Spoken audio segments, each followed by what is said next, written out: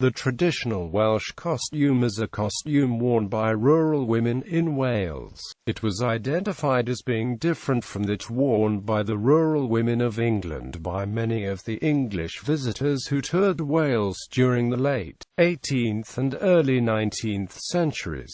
It is very likely that what they wore was a survival of a pan-European costume worn by working rural women. This included a version of the bedgown, originally worn by the gentry in the 17th and 18th centuries, an item of clothing that survived in Wales for longer than elsewhere in Britain. The unique Welsh hat, which first made its appearance in the 1830s, was used as an icon of Wales from the 1840s.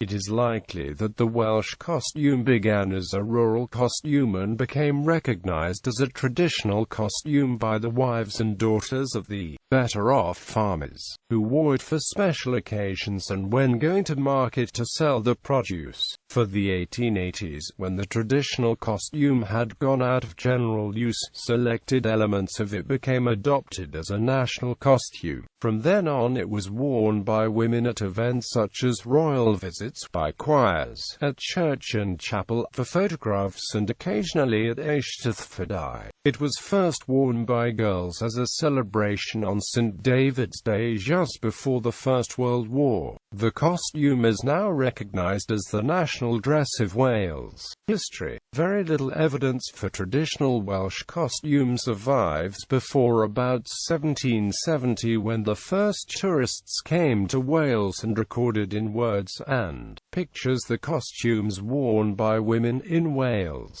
They noted that the women in rural parts of Wales wore a distinctive costume which varied from place to place. Women in towns and those who lived near the Welsh-English border and near busy ports were already wearing English fashions, are often made of cotton. During the 1830s, certain members of the gentry, especially Augusta Hall of Llanover near Abergavenny, recorded and tried to preserve some Welsh traditions, including costume. The prints of costumes of parts of Wales which she may have commissioned did not have a wide distribution. Some of them were published in an article in 1951.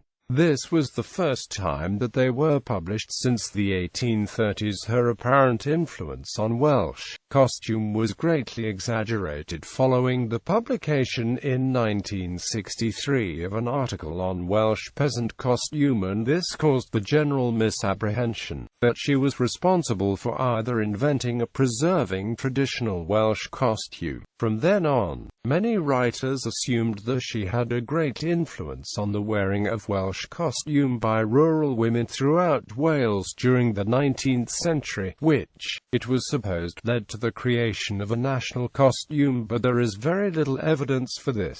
The origins of the national costume. Although the traditional costume went out of common use by the middle of the 19th century, it was still worn by some women at market and for special events. There were calls for Welsh costume to be revived and used at major national events, especially royal visits. In 1834, Augusta Hall wrote a prize-winning essay for the Monmouthshire and Glamorganshire Wales.It held in Cardiff, but this contains very little about costume, and nothing about national costumes. In the 1840s, Hall organized balls at which her friends wore costumes based on the set of fashion plates which she may have commissioned, but they were made of satins, not wool. The adoption of the costume coincided with the growth of Welsh nationalism, where the industrialization of much of South Glamorgan was seen as a threat to a traditional agricultural way of life. The national costume made from Welsh wool was therefore seen as a visual declaration of a Welsh identity.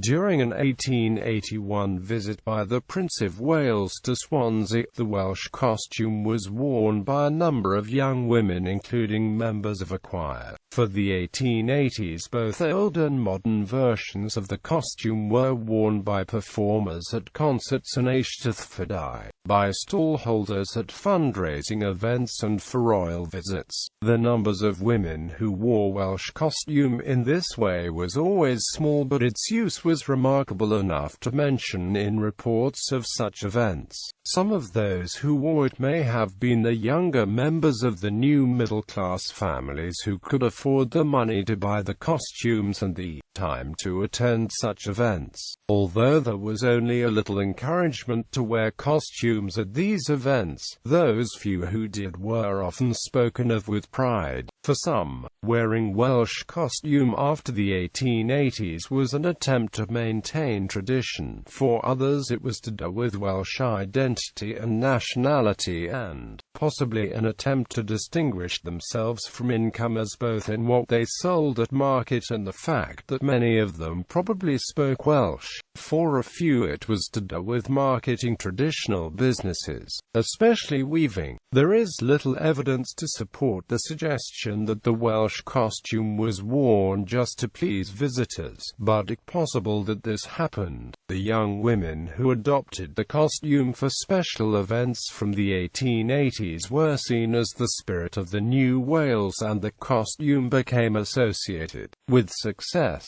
especially after the Welsh Ladies' Choir dressed in Welsh costume, won a prize at the Chicago World Fair, Eisteddfod World's Columbian Exposition in 1893, and went on to sing for Queen Victoria and performed at concerts throughout Britain. The modern costume. The modern costume worn by girls on St. David's Day, which used to be made by mothers from old costumes, is now commercially available. The design, colors and use of lace may well be derived from costumes made especially for those competing at the international Eisteddfod Llangollen and other events where dances required a comfortable and practical costume which was distinct from those worn by representatives from other nations. The costume now generally worn by dance teams is based on the tailor gowns originally found in southwest Wales. The elements of Welsh costume. Components. The gown. A bedgown. The most distinctive feature of the Welsh costume, other than the hat, is the gown, often referred to as a bedgown. It is spelt in various ways in Welsh, most commonly now as bedgown. There were several sorts based on two forms. One, a tailored form with a tightly fitted low-cut top and long wide tail. These were common in Cardiganshire and Carmarthenshire and possibly in parts of mid-Wales, and were often made of red and very dark blue or black, striped flannel which was sourced locally. A version with a shorter tail in plain fabric was found in Pembrokeshire, to a loose T-shaped form, rather like a kimono. The T-shaped form was found in northwest and southeast Wales. These were often of printed cotton. The skirt and underskirt. These were normally of heavy flannel with vertical or occasionally horizontal stripes in bold colors, often red and dark blue or black and white. The cape or mantle. They were long and often had large hoods. Blue woolen cloaks were far more common than red ones in much of Wales. The shawl. A variety of shawls were worn in Wales. Square shawl of wool in natural colors with a fringe all round. This was worn folded to form either a triangle or a rectangle and worn over the shoulders. Turnovers. Some of the finer printed shawls were made with two adjacent edges sewn face up on one face, and the opposite way on the other two edges, so that when the shawl was folded diagonally, they both appeared face up. Whittle. Large rectangular square woolen shawls with long fringes were worn around the waist and used to carry bread and other provisions. They were sometimes also worn as a mantle over the shoulders. Many of these were white or cream and occasionally red. They appear to have been more common in South Wales. A small version in red wool was worn round the shoulders in North Pembrokeshire and is said to have been worn by women who helped to repel the French during the last invasion of Britain. Nursing shawl. A large square shawl with long fringes on all sides made of natural white or cream wool was worn around the shoulder and waist to hold a baby, freeing the hands to do other tasks. These seem to have been restricted to South Wales, but were occasionally found in Welsh expatriate communities. The Paisley Shawl, medium to large shawls of wool, silk or printed cotton, were decorated with bright paisley patterns. Many were fringed. Although these are thought to have been an essential part of Welsh costume, most were expensive and probably only worn for very special occasions. The handkerchief, sometimes now referred to as a fichu. The handkerchief was a square piece of fabric, normally of printed cotton or linen, worn around the neck and tucked into the top of the gown, or worn over the head like a headscarf. The apron. The apron was often of natural colors in checkered patterns.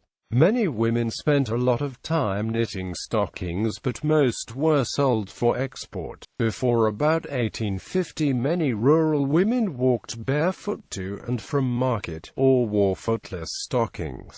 The cap, also known as the mob cap. The cap was a linen or cotton head cover with goffered folded fabrics around the face. Some had long lappets which hung down the front below shoulder level. The Welsh hat. The distinctive feature of Welsh hats is the broad, stiff, flat brim in the tall crown.